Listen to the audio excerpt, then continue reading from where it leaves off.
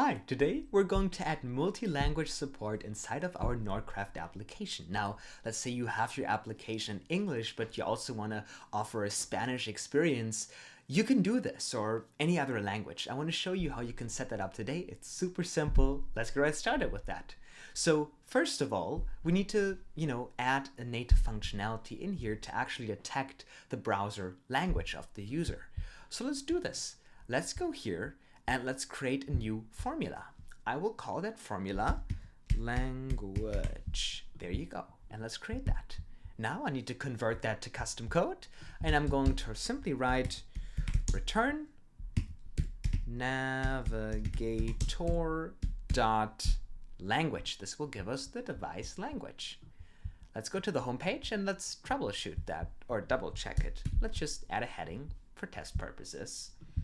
Let's, make the background white. Nordcraft still has issues with it not releasing. Please fix this, Andreas. And let's go on the H2 here, and let's take our language formula. Now, as you can see, my browser is in Spanish. So I got the ES for Spanish. Now, based on if it's Spanish or not, I can have new content. So for that, I like to create a global formula, so I can reuse it when I set text. So let's go on the name here and let's call this text_language. There you go. Let's create this.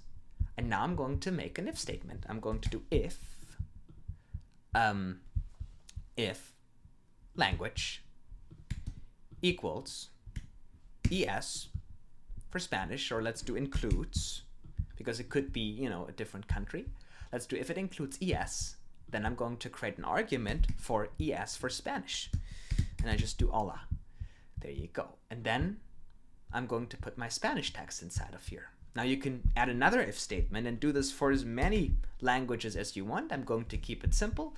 Then I'm just going to have a fallback to EN, which is our default, hello. And then the fallback, the else, will be hello. Let's actually make the ES the second one, because English is number one.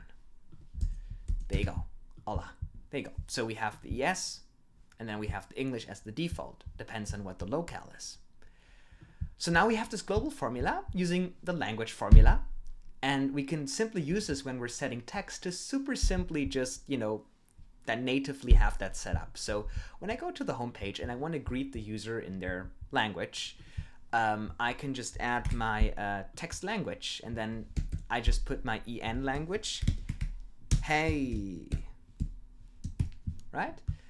And then I just put the ES, hola, and now if I open this application here, it will, natively based on the browser language adjust it. So if I go to my smart Chrome extension and remove that, and reload.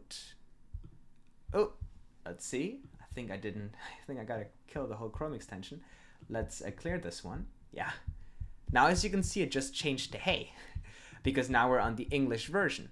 So this is how we add multi-language support into our application in just a few minutes, and we don't have to pay $200 a month for a weglot, which won't work dynamically anyway. So there you go. There you have it. Super simple. It will allow you to just, with this setup here, set the language, and this is how you add multi-language support into Nordcraft. It's super simple, super easy. If you want to learn more hacks like this and you need help with your project setup, I would highly suggest you to take a look at NoCodeProCode.com. You get daily support and daily help in Zoom meetings from me to make sure that you're going to ship your application, you're going to make progress, and you're solving your roadblocks before they even occur. Take a look at NoCodeProCode.com. It's definitely worth joining, and the link to join today is in the video description down below. Thank you so much for your support. I really appreciate that, and I hope you're going to build great international experiences for your application today. Take care. Bye.